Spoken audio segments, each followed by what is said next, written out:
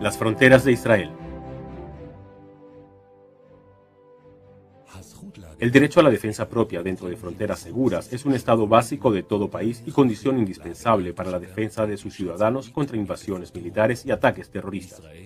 Israel es un pequeño país rodeado por países árabes, que ocupan una extensión 650 veces mayor que la de Israel, algunos de los cuales son bases del terrorismo mundial.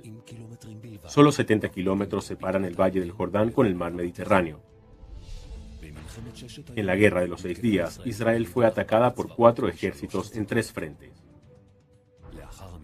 Después de la guerra, el Consejo de Seguridad de las Naciones Unidas reconoció por decreto 242 el derecho de Israel a tener fronteras seguras, es decir, fronteras defendibles en lugar de las frágiles que fueron atacadas.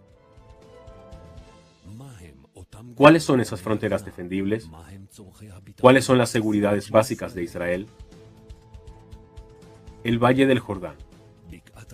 El Valle del Jordán, el frente oriental de Israel, una barrera natural entre Israel y los países de Jordania, Irak e Irán.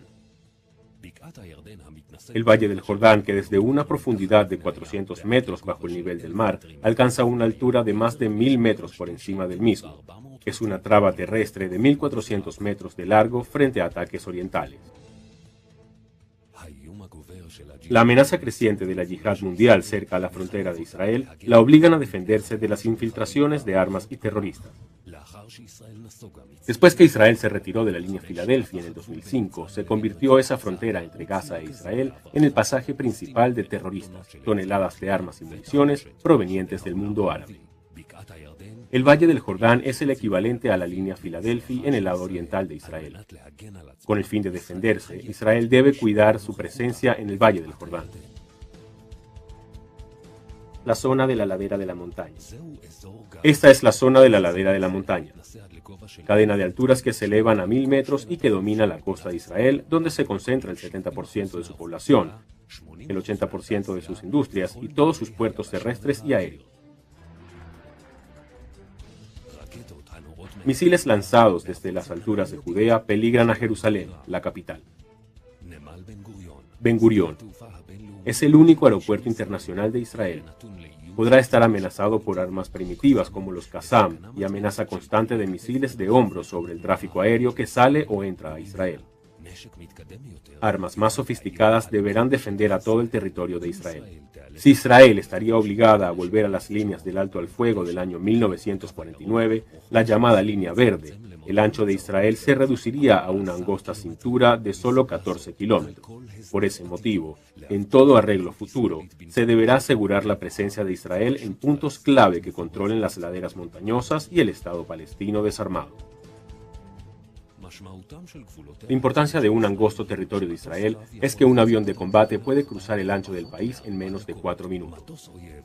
Un avión enemigo que llega del este llega a Jerusalén en menos de 2 minutos. Con el fin de apartar el peligro aéreo sobre Jerusalén, es necesario alejar el avión enemigo por lo menos 16 kilómetros hacia el este de la capital.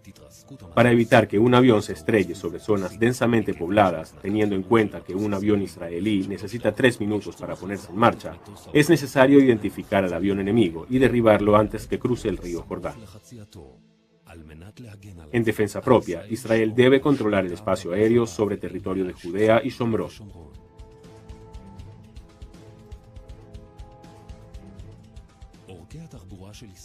Las rutas de Israel unen distintas partes del país y permiten el movimiento militar en caso de ser atacado.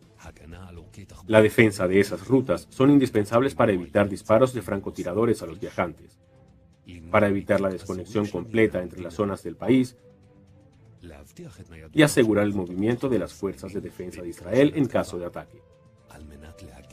En defensa propia, Israel debe cuidar el movimiento libre en sus rutas centrales. Existe mucha incertidumbre respecto al futuro del Medio Oriente, en especial después de la retirada programada de las fuerzas americanas en Irak. Ninguno de los regímenes existentes en la zona tiene el futuro asegurado. Israel debe hacer volver a su cauce la tradicional doctrina de defensa que está en manos del ejército del país desde su creación, bajo el espíritu de Moshe Dayan, Yigal Allon e Yitzhak Rabin. Hoy, más que nunca, es crucial asegurar fronteras defendibles a Israel.